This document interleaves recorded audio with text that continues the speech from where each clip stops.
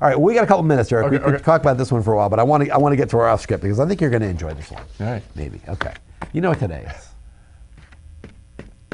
February 2nd? That's right. It's Groundhog Day. Oh, it's Groundhog Day, right? Groundhog Day. Puxatawny Phil. One of my favorite movies of all time. Bill Murray. That is Bill an Murray awesome and Groundhog's movie. Day, That's an awesome right? movie. Yeah. All right. So this is the question for you, based All on over today being Groundhog's Day. Okay. What, in your opinion, are the quality debates that we've seen in the past that are going to keep coming up again and again and again and again and again in 2018 and in the future? And I've got one to give you an example.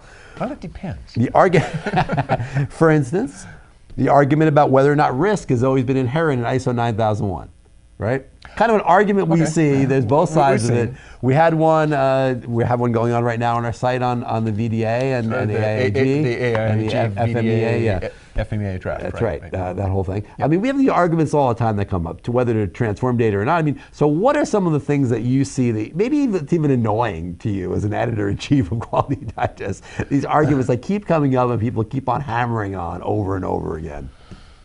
You know, I haven't seen many, although I think the one that will keep coming up just in general, it's not specific, but you will always see it, is every time a new standard comes along. So, or let's say we're talking about the AIAG VDA draft manual for FMEA.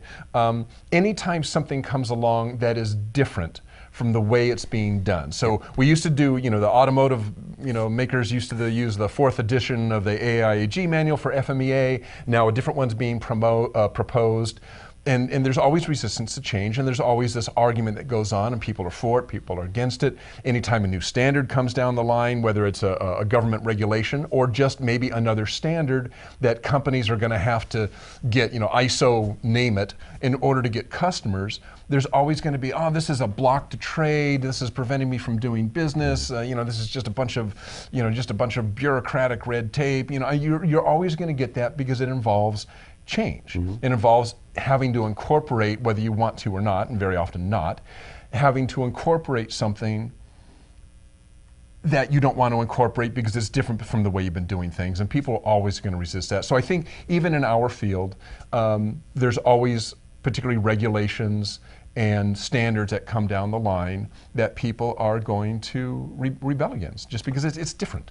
How about the idea that no one's mind has ever changed? I always come up with this. It's like, well, we have our talking points, and we see it politically too all the time, obviously, where nobody's mind's ever changed. So you bring these arguments and you churn them and you chew them over again and again and again, and it never seems like anything actually changes. Everybody has their entrenched positions, and they go back to their corners after they have the fight. But do you think there is a value of continuing to present these points for people? Yeah, because I think people do change.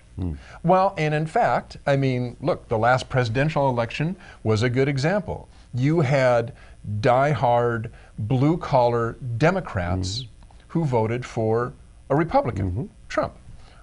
Well, they changed their mind. Now, there were pressures for that, right? So there were economic pressures. They felt that, look, we've had eight years under a Democratic president. We didn't get what we wanted. Yes, we're Democrats, but my God, I'm still not making any money. I can't send my kids to college. I'm going to go Republican, right? Well, this happens in the business world as well, is sometimes there's other pressures that come along that will make you look at a standard differently or something differently because you have to, because what you're doing hasn't been working. So it's like, okay, this is the way I've been doing it, but I can see the shortcomings. Okay, I'm going to give this a try because who knows? Or, right? Do you as a user change, or do the people that serve you the solution change to adapt to what they think you want? And you really don't change that much. You just get what you want because they've adapted their pitch to you. I think there's a certain amount of compromise that goes on. And by the way, we're going to see that, I'm sure. So right now, we mentioned the AIAG VDA FMEA draft manual. That's open for comment right now, right? For another month. So I'm sure once they get all those comments in there, there's going to be changes to the draft, I'm assuming, maybe, that might accommodate those people who have legitimate concerns about some aspect of of the draft document, right? So there is, I think, that's why it's important to participate in these standards. Always have a comment period. Right. It's always important to participate in those comments because you are actually affecting change in maybe the way a standard gets presented when it reaches its final version. But I think people also do change. I mean, just last week we were talking about net neutrality. Yeah.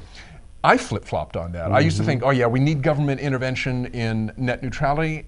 Now I'm kind of going, well, Let the market decide. Yeah. maybe not, Yeah, maybe yeah. not. You know, and so I think if people are open, and you have to be willing to look at the other side, and I think that's the hard part. If you're willing to look at the other side, I think it is possible for people to change their minds. But it is more rare. I think everything ends up actually being more of a compromise. So. Yeah.